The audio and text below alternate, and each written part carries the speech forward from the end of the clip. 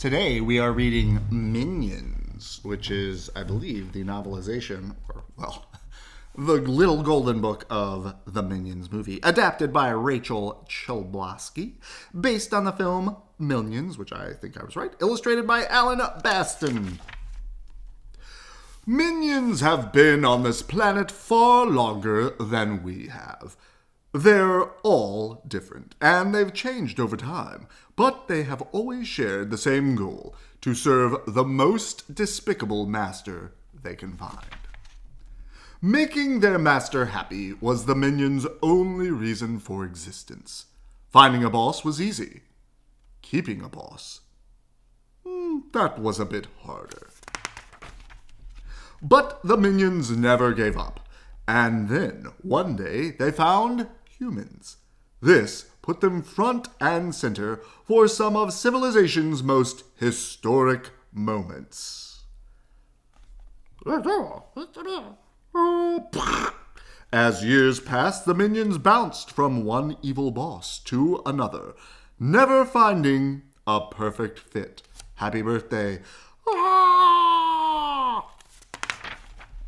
After so many misfortunes, followed by too much time on their own, the Minions knew they needed a purpose, a villain to serve. A Minion named Kevin had an idea. He would set out to find the biggest, baddest villain, but he needed help. Ukulele-playing Stuart and little lovable Bob were the only volunteers. Kevin, Stuart, and Bob made their way to New York and saw a television commercial for VillainCon, the biggest gathering of criminals anywhere. It was their best chance for finding a new boss. Scarlet Overkill, the world's first female supervillain, addressed the crowd at VillainCon. She invited everyone to participate in a contest to become her new henchmen. All the winner had to do was steal her ruby.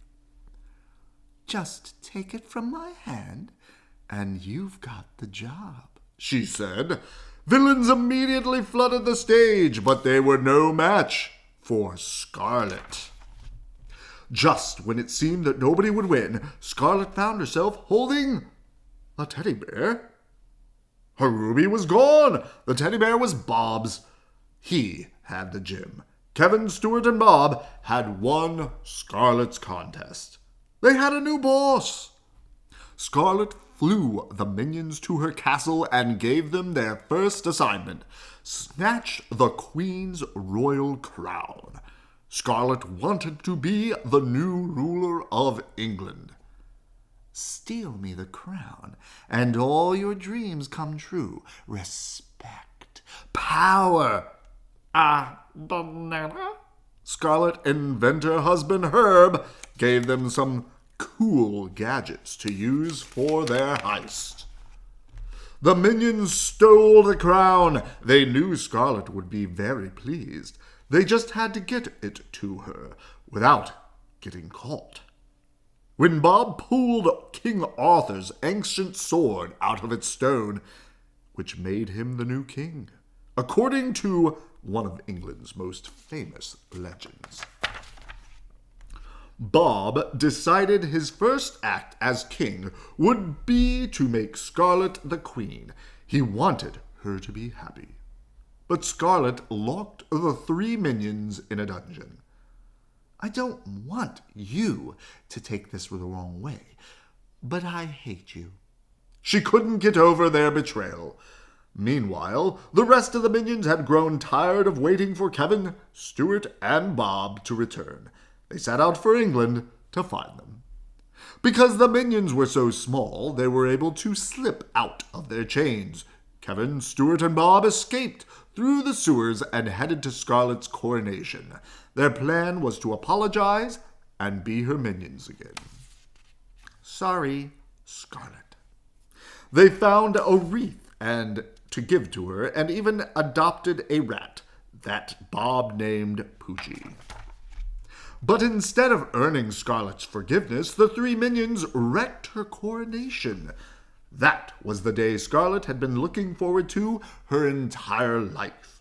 She sent all her villain guests after them. Kevin, Stuart, and Bob ran for their lives.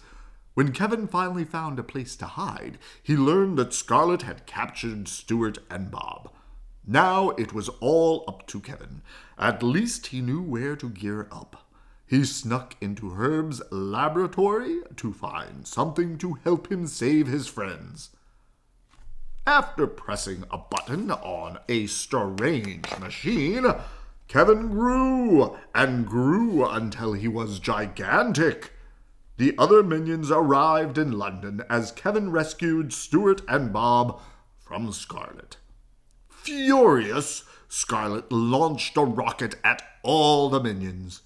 Kevin bravely swallowed the rocket, defeating the supervillain and saving the day.